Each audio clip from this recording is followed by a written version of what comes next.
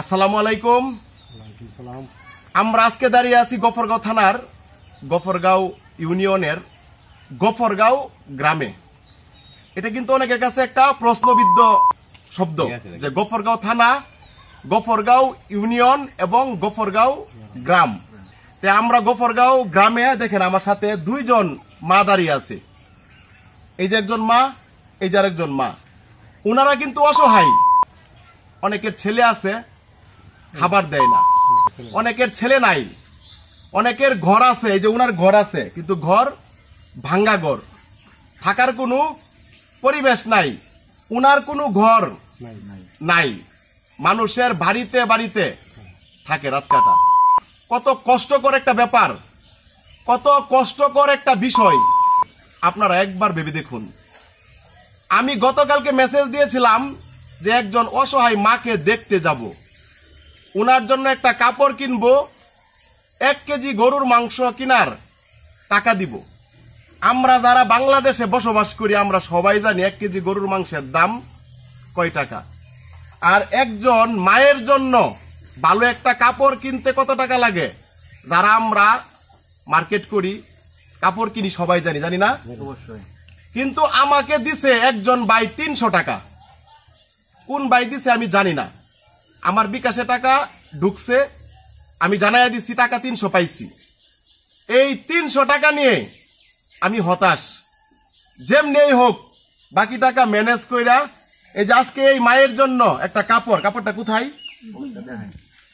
এই যে এই মায়ের জন্য একটা কাপড় আমি উনাকে আগে দেখি নাই, আমার মতো কইরা আমি কিনছি, ঠিক আছে?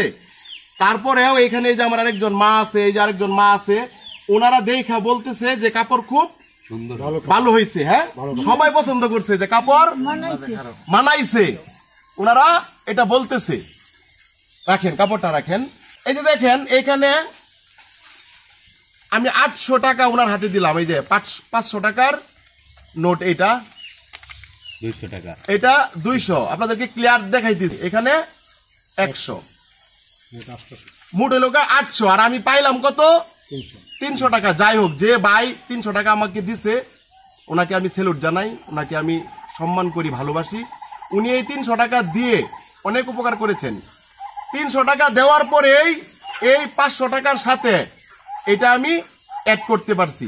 এই যে এই টাকাটা আমি মায়ের হাতে তুলে দিলাম, মা এই যে নেন, এটা দিয়ে আপনি গরুর মাংস কিনে খাবেন। আপনাদেরকে সবসময় আমি একটা কথা বলতেছি, আমাদের গফরগাঁও থানায় অনেক অসহায় মানুষ রয়েছে, তাদের তথ্য আমি কিভাবে পাই এটা অনেকের প্রশ্ন। এটাও আমি আজকে খোলাসা করব। আসেন, সামনে আসেন। এই যে আমার ভাই দেখেন, এই যে আমার আরেক ভাই, আপনার সামনে আসেন।